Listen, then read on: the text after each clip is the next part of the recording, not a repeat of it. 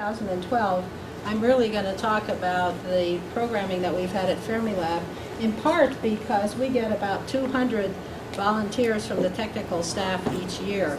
So when you think about ways of engaging scientists in work like this at least is an example that for us seems to work very well. Also, we're a research laboratory, which is a little different environment than the rest of you have.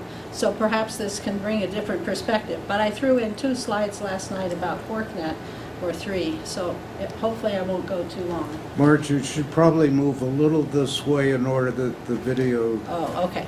Thank you. So I also turned this into a PDF file. I think it worked last night, so hopefully that'll be fine. So the opportunities that all 3 audiences have really are about building relationships. And one thing I think that's important for physicists to remember is something that's been a theme today, which is the idea it's not enough to inspire your replacements, you have to inspire the taxpayers who are going to support your work. One of the things we found about teachers that surprised us was when they are with scientists and in sort of informal settings, that they understand perhaps for the first time that they are part of the science community and they are appreciated by scientists who very often say, I could never do what you do. So that's an important component. We're talking about attitudes and things like that. That's important for teachers. And the point I would make from students is this idea of scientific discovery and today's science. In schools, students don't have an opportunity to understand how you all develop new knowledge, how you talk about your work.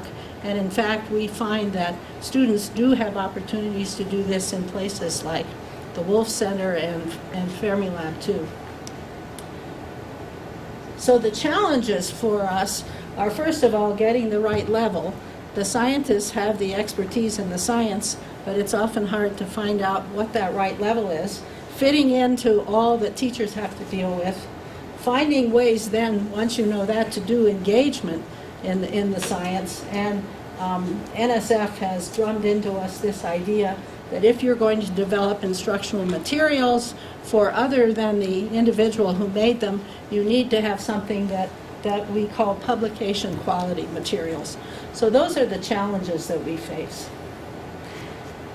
We believe that how we work is as important as what we do. And if you're going to work in the formal education arena, you need to be grassroots. You need to involve the educators, and in our case, it's primarily the K-12 teachers. And we involve them in all stages of the work that we do, including having them be the instructors in many of our programs. And we get feedback that this is very valuable, in part because we're helping develop the professionalism of some very good teachers and giving them opportunities that they wouldn't have otherwise. So I'm going to talk about a few examples. We do a lot of different programs, and there isn't a point to go through everything, but I wanted to talk about a few of these areas. In terms of looking at the effectiveness here, again, engagement and exploration is so very important. If it's a short program, what we're mostly doing is developing interest and getting people to come back again. When we have longer programs, we really can develop understanding and relationships. And obviously, directly working with the teachers and students is really important. And for example, we find that teachers are much more likely to effectively use new teaching strategies, new materials when they've been in a workshop setting and when they have follow-up and long-term relationships. So one of the first things that came our way from teachers was they wanted data for their students, real data. And it started with this one. That's a top event from D0. And one of our teachers, who happened to be one of these presidential awardees who worked with us for quite a bit, said, okay, the top's been discovered. This is 1995. I want to show my students. And he worked with some of the physicists to come up with a very simple, if you will, classroom activity that used this real data that happened to be planar events.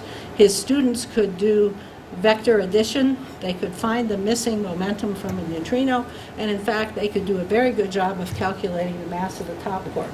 Today, we actually have students working with CMS and ATLAS data. We have cosmic ray data. We have data from the Sloan Digital Sky Survey. A lot of these are different programs that give students real data. I wanted to show you this image of an event display. This is one that is specifically designed for students or the general public. All it requires is a web browser. It's 3D. So let's see how this works in terms of changing. I just wanted to give you a few images of the fact that students can pick off different events. They can do pattern recognition, basically, is what they're doing, and looking at what these events might look like, and actually then begin to see and draw images that look at things like mass plots. And because we have this, because it's only requires a browser, it's very easy for teachers to use this because their IT department isn't giving them lots of trouble. So this is, again, starting to look at the way we can use online resources. One of the ways we use this data is something that's called a Masterclass. You can think about the master music classes that are being held at the Aspen Music Center. Well, in this case, it's the physicist who's the master. The students are scientists for the day. They come to the university, and they, in fact, can analyze CMS and ATLAS data and draw some conclusions about what candidates for Z-mass or W-mass look like. One of the important things we've discovered is this picture, which goes back to the concrete versus the abstract. It's very good for them to look at something like a cloud chamber so they can see what the tracks look like before they go into looking at these events. This is another way we use something like that event display. This is called ELab. These are guided students in investigations that are done in classrooms with teachers. And in this particular case, this is a project map, if you will, a subway map, and each one of these spots is a stop along the way that a student can choose to go to if they need to learn something about that. And this is what one of those milestones looks like. This happens to be one associated with getting the data that you need because the student has designed a particular research question that he has or she has. And here, for example, is a plot of a Z-mass that's based on research that students have done. We also have one associated with the Cosmic Ray ELab and one with LIGO. The Cosmic Ray ELab is actually developed from student data. This happens to be a lifetime study. And from LIGO, this is the Japanese earthquake from last year. That in the LIGO, we're not waiting for the gravitational waves to show up. We're looking at background seismic disturbances. So now I'll switch to a couple of things that come out of QuarkNet, and QuarkNet has actually been active in both of those things. So QuarkNet is creating a long-term research community. It's a 15-year-old project, and physicists and teachers work together to create this longer-term program where the links that are developed between experiments and classrooms go on.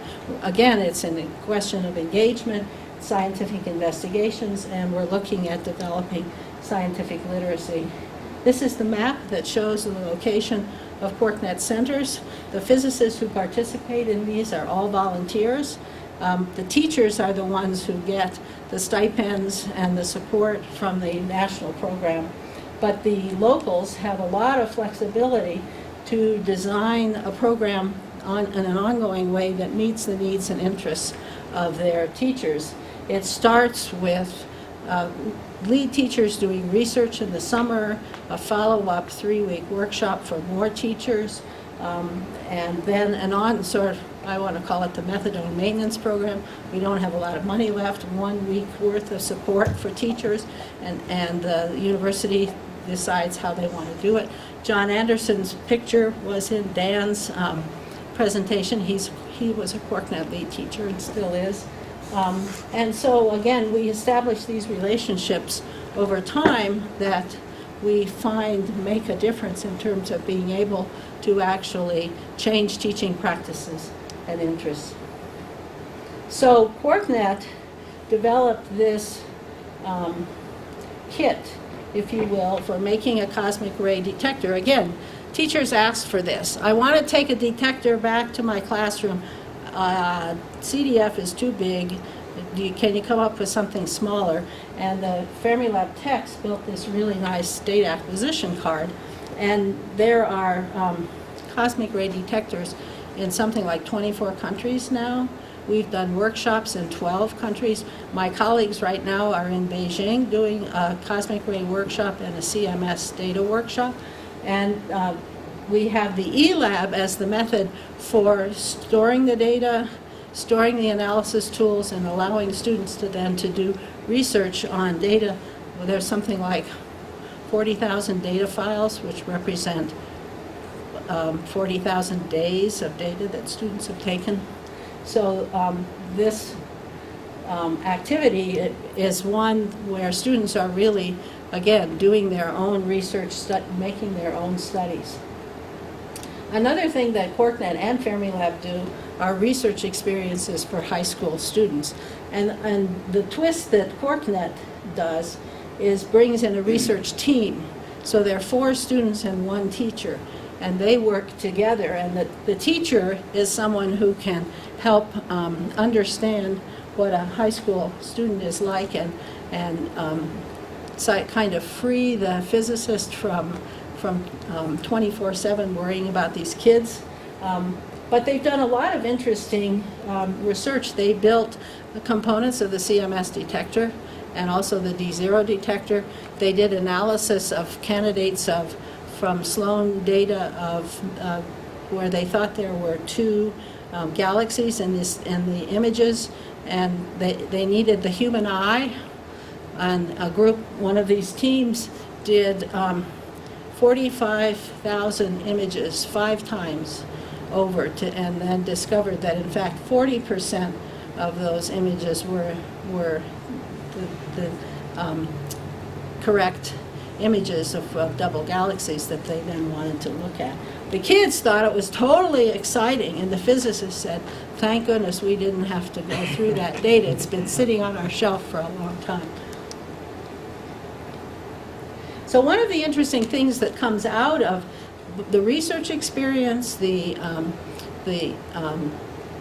ELabs, and also the Masterclasses is this notion that kids do get a different framework for looking at science, because they begin to understand how scientists discover new knowledge, how they talk about their work. And to me, what that reflects is something I like to call discovery science. I think we as a community need to work harder to help people understand discovery process. And the place where we have the most difficulty, I think, is how we know.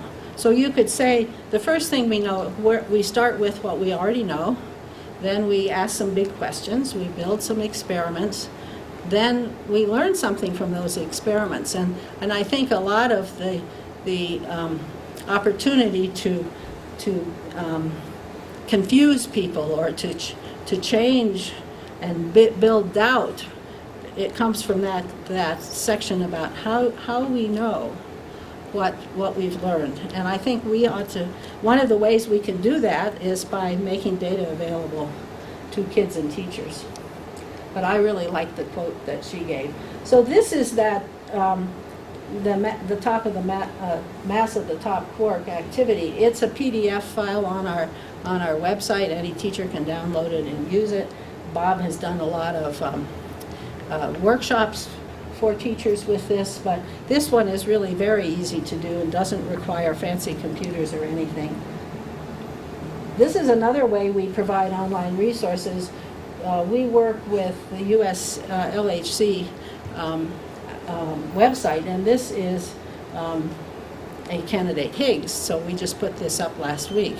As soon as the announcement came out from the ICHEP meeting, we were able to get one of the events and put it up, and teachers and students were very excited to see what a Higgs candidate looks like. So we do a lot of that. We also care about younger kids, and one of the reasons we care about younger kids is because they don't know what you guys look like, and they don't know what you do in your real life. So we had a group of 7th graders that we used as guinea pigs to actually put something together that we could put up on the web, and we had them write a description and draw a scientist before they came to the laboratory.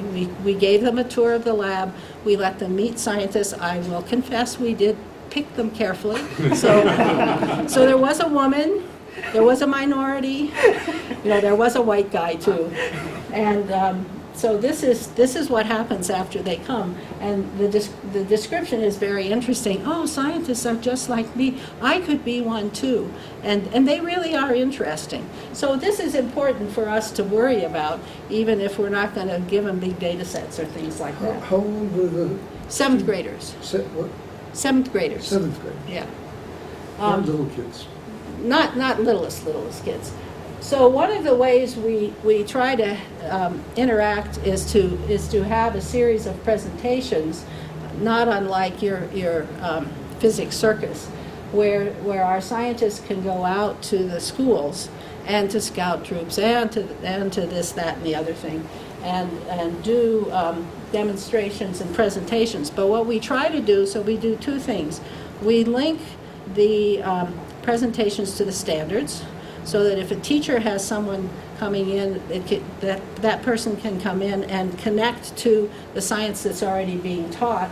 And we also work very hard to make sure that they don't, that they're trained, if you will, to be the kind of engaging presenter that obviously Dan is. So we have, the cryo show is probably the most popular one, Mr. Freeze. Mr. Freeze was actually here in 2001, associated one of the big snowmass meetings, and he talked about, I went into the grocery store and people came up to me and said, Mr. Freeze, Mr. Freeze. So similar experiences to Dan's. So lessons, the takeaway lessons with us really have to do in formal education. Teachers are key. We really want to make it grassroots. We're physicists I'm not a physicist. They're physicists at Fermilab. They don't need more physicists. What they need is people who understand education, people who understand best practices, people who know what it's like to be in a classroom. So we can form partnerships. We have about 50 educators a year who work in our programs. We have about 200 scientists who are volunteers. So we do a lot of partnering with teachers. And of course we have to ground our programs in physics. We also cheat and ground programs in prairie ecology, because we have a prairie site and we have a lot of engagement of students in the prairie doing insect studies, quadrat studies, things like that. So we take advantage of that because it fits well with the curriculum. And I have to say, we have a lot of fun. I think we have more fun than the physicists do, and sometimes they tell us they like to work with us because it's fun. So although I sort of hate the thing about science is fun, we have a lot of fun when we're able to do this. So this is our website, and David, you put this up for me. Thank you, since it had such low bandwidth, I couldn't do anything. And just to give you a flavor, this is all of our programs. We have over 30 programs. We reach about 36,000 kids a year and 2,500 teachers a year. And although we didn't have that many when we first started out, that's a pretty consistent number over the past 10 years. And I think that's the last slide. So I'm happy to answer any questions. Go ahead. Marge, what's the funding from all, the school programs and the summer data? So I see students come in with the data work, and is there consistency or similarities? So I have funding from the lab, which funds, so my office is about 12 to 12.6 people and 24 docents, and the lab funds a lot of that. Some of our programs are fee-based. We have a little not-for-profit that raises some money for us from outside DOE guidelines. And QuarkNet and I2U2 were funded in part by the National Science Foundation, and then DOE also gives a special chunk of money to QuarkNet. So all together, if you could take all of those together and assume they're all mine, and they're not, QuarkNet and I2U2 are shared, there's probably about $3 million in the program. No, that's too high. No, it's about 3 million total. 3 million a year? Yeah. Yes. Marge, I was interested in your bringing up the point of teaching the evolution of the ideas. And as this is one of the things that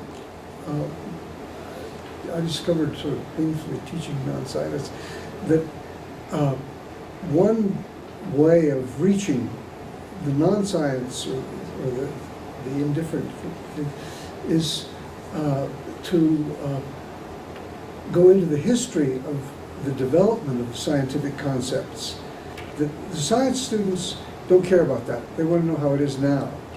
But for a non-science student, to recognize that energy is not an easy, obvious, immediate concept, and that it took a long time to evolve, is a fascinating subject for them, and can make we found that kind of approach with the history of the conflicts and development of the ideas can stir a lot of interest where there wasn't any before. And I wonder if you're finding that sort of thing. We don't really do that, because since our mission is K-12, I have to say that history for young people is what happened 2 weeks ago, and that's already ancient. And so, but I think with the general public, that approach is very interesting, and also would help people understand that some of the results of the research that's going on now aren't going to materialize tomorrow. So that works nicely with the general public, but we don't tend to do that with kids. Let me also suggest that it's something that would be useful for non-science majors at the undergraduate level. Yeah, well, that's right. Yeah. Okay. I'm between you and lunch, so the more you ask, the hungrier you get.